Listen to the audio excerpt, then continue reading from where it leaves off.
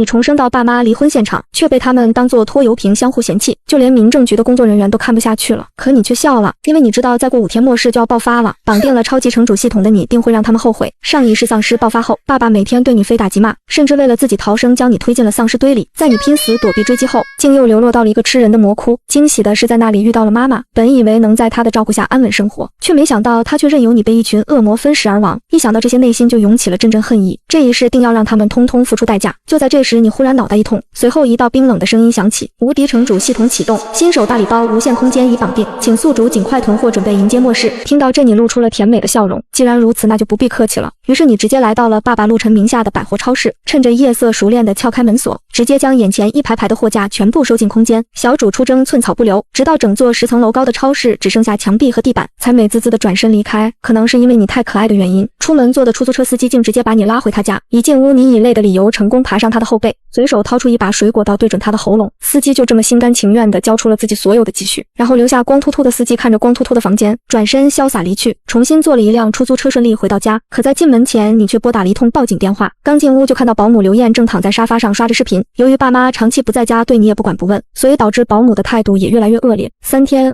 巴顿也成了常有之事。有时你稍微让他不顺心，迎来的就是非打即骂。就像此时他看到你一夜未归，直接从沙发上弹跳而起，一把揪住你的耳朵：“你个熊孩子，昨晚跑哪去了？”你此时的表现却像是受到了多大的痛苦似的。好疼啊，求您别打了，我知道错了。而刘艳看到你这个表现，眉头微皱，明明还没有之前用力，这次怎么反应这么强烈了？就在这时，门铃声突兀地响了起来。刘艳打开门后，整个人都呆住了，没想到门口竟然站着3名警察。不等他反应过来，只见其中1名警官开口说道：“你好，我们接到报案说这里有人虐待儿童，请配合检查。”听到这，你也适时的大哭出声，好痛好痛啊！这也成功引来了其中1名女警察的关注。只见她快步走进来，拿着纸巾边给你擦泪边安慰道：“小朋友，你怎么了？告诉阿姨，我给你做主。”于是你直接亮开嗓子嚎啕大哭，伸手指着刘艳：“警察阿姨，她打得我好痛。”说着你还把搜刮超市时不小心把手背弄出来的伤痕亮了出来。女警官看到后顿时火冒三丈：“你还真是丧心病狂啊！这么可爱的小姑娘你都能下得去手。”见此，刘艳彻底慌了，急忙否认：“警察同志，这不是我做的呀。”他肯定是因为淘气不小心在哪里磕到的。就在这时，另一名警察弯腰在地上捡了一个白色的小东西，这怎么看起来这么像录音器？随手打开后就听到了你痛呼的声音从里面传来。刘艳听到这慌乱的摇头解释：“不是的不是的，你们听我狡辩啊！”而警察却直接动手给他上了一副银色手镯。见此，你也悄悄露出了满意的笑容：“我是小，可我也两世为人了。”就在这时，陆晨急匆匆地从外面走了进来。当看到客厅内的民警时，他也微微愣了下：“警察同志，发生什么事了？你女儿被保姆虐待，我们是接到举报来抓人的。”听到这，他也松了口气，还以为自己犯了什么事呢。那你们抓紧把人带走吧，